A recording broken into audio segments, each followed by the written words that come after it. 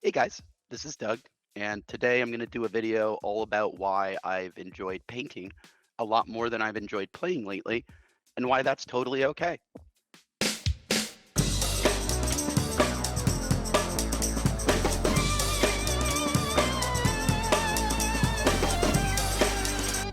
Hey guys, welcome back to the Danger Planet. This is Doug, and today I'm going to do a video that's another op-ed style.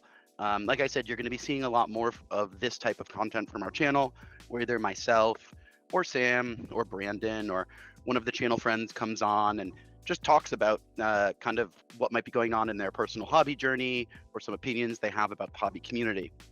Today, I wanted to make a really important video that I think is actually tied to a lot of different people's waxing and waning enjoyment of like the long-term hobby journey. And what I mean by that is, quite frankly, lately, I've enjoyed painting models more than I've enjoyed playing games.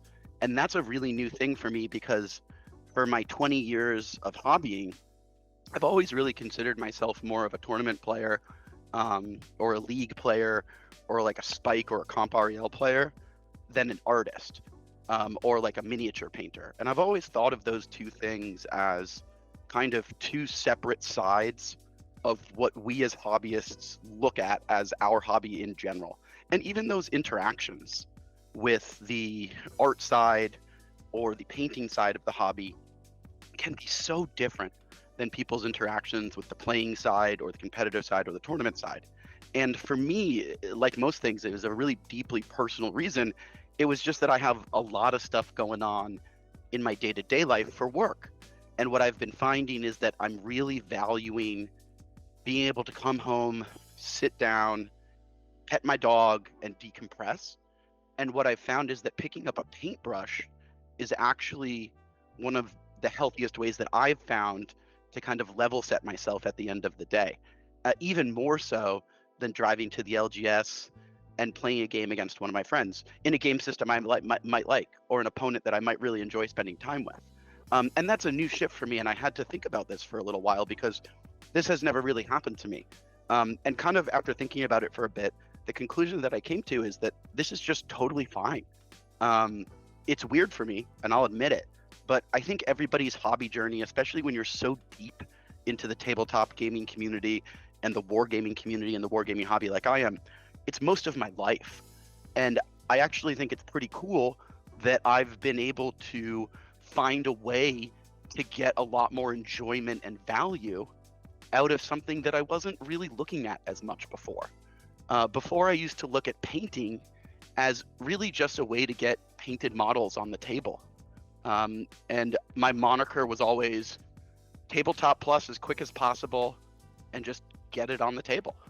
So I found myself painting my Ulix 2 Malifaux crew, which is I have an alt sculpt, and they're all ponies, and they're all I wanted to paint them as Rainbow Skittle Death ponies.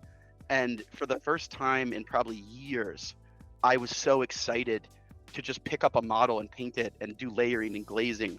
And I found myself not playing some of my weekly games in some of my favorite game systems because I actually wanted to go home and sit down and paint this team. And at the end of the day, it was really fun because it was a way that I hadn't engaged with the hobby in a while.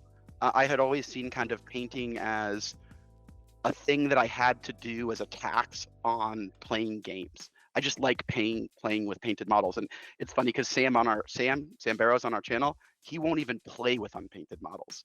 So he's even more OCD about it than I am. But where I landed was that instead of viewing this as one side of a fence or another side of a fence, or as a thing that I have to do, kind of where I ended up was I was just really excited to do it and was actually enjoying it for the first time because it didn't feel like something I was obligated to do. Instead, it just felt like a different use and allocation of my own personal hobby time, which was cool for me.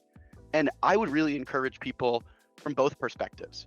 If you're a painter or a really, really, really strong hobbyist and you feel yourself getting a little bit of burnout, then maybe try playing some games or some systems that you haven't looked at before. That'll give your brain a little bit of a release. And instead of using the left side of your brain or the right side of your brain, use the other side for a little bit. And the same is true in the opposite, right? Which is effectively where I landed. If you're a really competitive gamer, you're a spike, you're spending all your time prepping for tournaments, and you're feeling burnout on that side, it's also totally okay to just go and paint some minifigs for a while and just enjoy that process. This is going to be, for a lot of us, a lifetime endeavor. And so making sure that you stay mentally healthy throughout that and motivated and excited is the most important thing. It's not whether or not your painted models look good. It's not whether or not you won the last tournament you went to. It's not whether or not you're winning your league. It's whether or not this thing that you're doing, you enjoy. So you have to put yourself first in that case. And I just wanted to make an episode about this because it was something that I'd been thinking about for a really long time, and something now that I wrote down on paper. And as I was writing the script for this episode, it was really kind of cathartic for me just to say all of this out loud. So I hope that other folks find this valuable. I hope somebody watches this video and it makes their day a little nicer. And if they're on either side of the fence, they consider going to the other one for a little bit. So thanks for joining me, guys. I really appreciate it. Again, I hope this video was really helpful for some folks out there. Maybe they've run into the same thing that I've run into or have run into some of the same hurdles, and you'll see more from us. So keep an eye on the planet, and I'll see you guys all next time.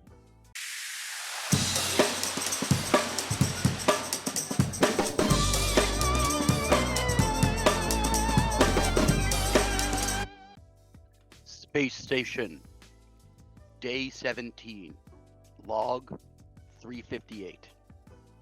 There seems to be no other people on this Google call with me. I'm very afraid. I know that only myself and Adam will be the ones editing and reviewing this video. And I sense in my heart that perhaps something awful has befallen the rest of my team. However, I must push on and make this internet content for all of these internet nerds. My will is strong.